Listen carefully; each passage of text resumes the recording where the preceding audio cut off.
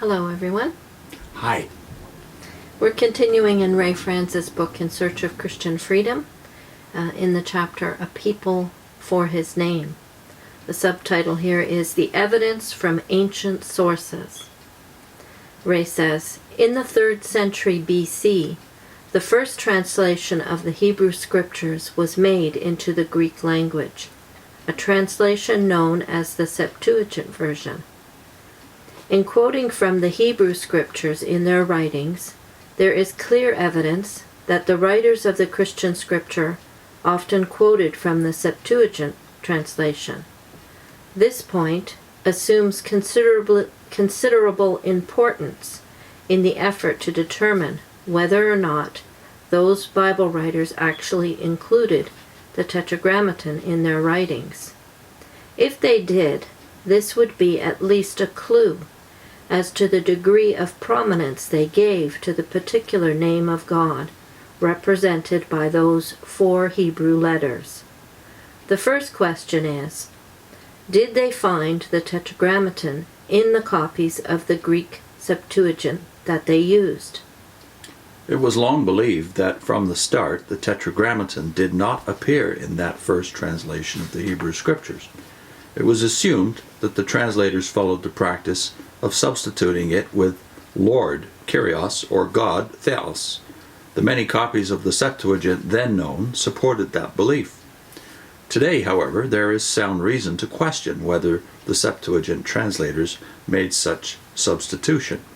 One fragmentary copy of a portion of the Septuagint, written on papyrus and found in Egypt, has been dated as of the 1st century BC. It contains the second half of the book of Deuteronomy, with the Tetragrammaton, written in Hebrew characters, appearing throughout. Though not from the pre-Christian or BC period, a small number of other Greek manuscripts of the Septuagint from the early centuries AD supply similar examples. Additional evidence for the appearance of the Tetragrammaton in early Greek translations of the Hebrew Scriptures is found in statements by Origen of the 3rd century AD and by Jerome, translator of the Latin Vulgate, in the 4th century AD, who said that, quote, we find the 4-lettered name of God in certain Greek volumes even to this day, expressed in the ancient letters, end of quote. What significance does all this have? The Watchtower Society arrives at the conclusion that the copies of the Septuagint read and quoted from during the time of Christ and his apostles customarily contained the Tetragrammaton. The Watchtower Society goes much farther, however. On the basis of the aforementioned evidence, it claims that when the Christian scriptures were written, the Christian writers included the Tetragrammaton, and that, quote, at least from the 3rd century AD onward, the divine name in Tetragrammaton form had been eliminated from the text by copyists, end of quote, substituting the words Kyrios, Lord, and Theos, God, for it. The Watchtower believed it found strong support for its introducing the name Jehovah into the New Testament or Christian Scriptures in statements made in the Journal of Biblical Literature, 1977, by an associate professor of religion at the University of Georgia, George Howard. The May 1, 1978 issue of the Watchtower, pages 9 and 10, quoted Professor Howard extensively on this subject, giving particular emphasis to his following statement, quote, since the Tetragram was still written in the copies of the Greek Bible, that is the Septuagint, which made up the scriptures of the early church, it is reasonable to believe that the New Testament writers, when quoting from Scripture, preserved the Tetragram within the biblical text. On the analogy of pre-Christian Jewish practice, we can imagine that the New Testament text incorporated the Tetragram into its Old Testament quotations. End of the quote from Howard. The appearance of the Tetragrammaton in the aforementioned ancient manuscript portions of the pre-Christian Septuagint translation of the Hebrew Scriptures is definitely noteworthy. Its noteworthiness derives from the absence of the Tetragrammaton in any form in all other ancient copies of the Septuagint, including the oldest complete or nearly complete manuscripts of the Bible writings. The discovery of these ancient fragments of the Septuagint clearly allows for the possibility of the regular appearance of the Tetragrammaton in the Septuagint copies current in Palestine in the 1st century AD, though of itself it would not prove that such was the case. More important to the issue under consideration, it does not prove that the Christian writers themselves included the Tetragrammaton in their writings, or that it was to be found in any early copies of their writings, such as those previous to the 3rd century.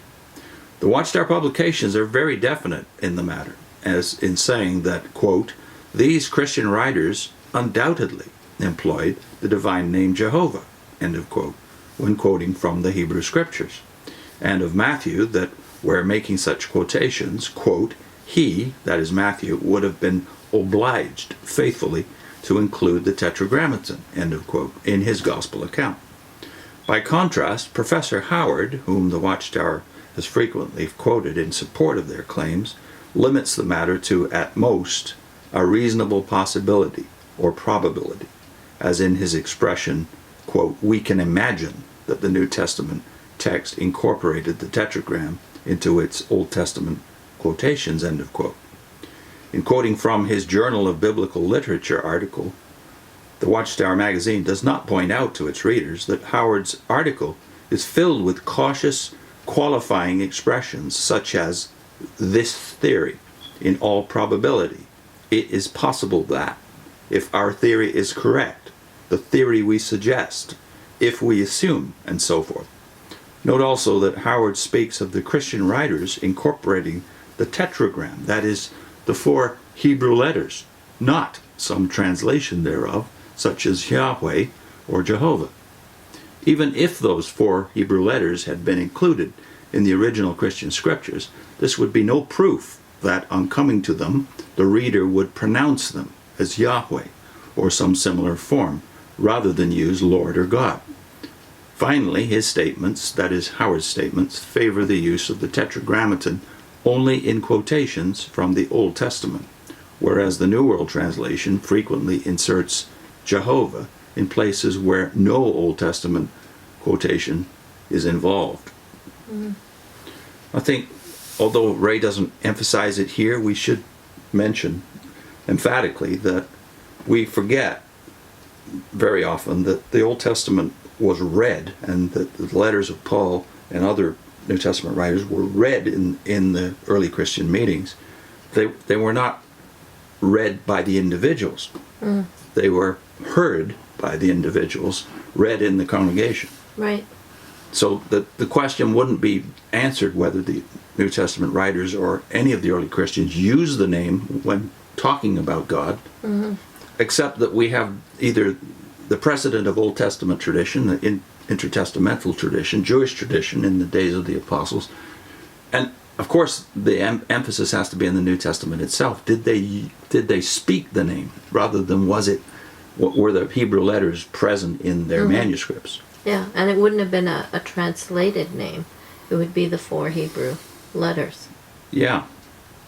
So we're going to link on your screen videos we did in the Ask Jehovah's Witnesses series on what about this idea that I've made your name known. It seems to trip up a lot of ex-witnesses too. When Jesus said, I've made your name known, what did he mean by it? So we have done a series of videos using the Gospel of John primarily, so we'll link you to the first one in that series.